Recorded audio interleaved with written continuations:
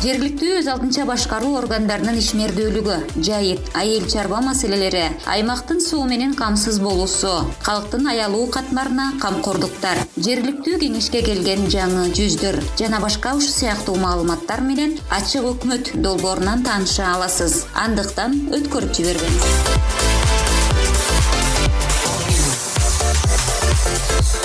Учкун айыл өкмөтүндө турак жайларды камсыздандыруу 2018 жылы башталган. Анын бирден бир максаты өрттөн жана табигый кырсыктан жапа чеккен тургундардын турак жайлардын мамлекет тарабынан камсыздалышы болуп саналат. Куланак айылынын тургундары турак жайларды камсыздандырууга канчалык кызыктар? Бул тууралуу ачык өкмөт уктуруусунан уга аласыздар. Мурунку үйүндү камсыздандырып жатчумун да.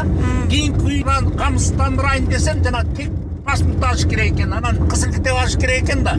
Госрегистрге барсам, жана архитекторду салып келет, архитекторго барсам, госрегистрди салып келет. 2 жолу бардым, анан архитекторго келдим да айтмыш. Өзүң чийип келчи деген, анан мен өзүм үйдү чийип даярдап коюп койгом, анан барган убакыт жок болуп атат. Мен үйдү 3 жылдан бери айылдан камсыздандырам. Документтер толук болгондуктан кандай тоскоолдук болбойт. Коммуналдык турак жай жана өзгөчө кырдаалдар боюнча башкы адис Эмилбек Солтобаев төмөндөгүлөргө токтоду. Биздин Учкун айыл өкмөтү боюнча жалпы 945 турак жай бар. Учкунда 483, Куланакта 462. Анын ичинен ошол камсыздандырууга жата турганы 316, Куланакта, Учкунда 305, жалпы 621 там камсыздандырыш керек болчу да. План боюнча быйыл 127 там камсыздандырыш керек. 2018 жылдан бери камсыздандыруу баштаганбыз. Бирок азырынча камсыздандыруу жакшы ыргаалуу жүрбөй атат. Адис мунун себеби элдин маалымдуулугу төмөн жана мыйзамдын жакшы бекитилбегендигинен деп эсептейт. Куланак айылында жарактан чыккан тамдардын саны 118 болсо, онда 167 там камсыздандырууга жатпайт. Булар жалпак, эски жана барак тамдар, мектептин жатаканалары. Камсыздандырылган турак жайлар кырсык катталган учурда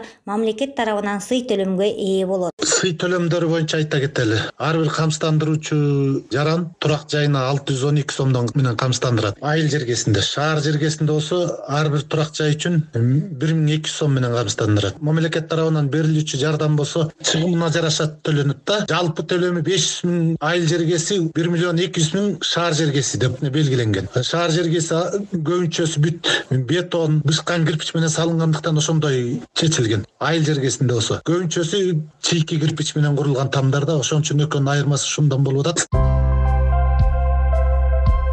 Страховкабызга өзүбүз бул 612 сом туура эле болуш керек. Кудай өз сактасын андай кырсыктан. Бирок болуп калса жанагындай төлөмдөрдөн куру калып атабыз. 2020 жыл 1 августта болгон кыян селде 8 үйгө жардам берилди. Өзүнүн чыгашасына жараша. Жана ошол камсыздандырбай калгандар алган жок.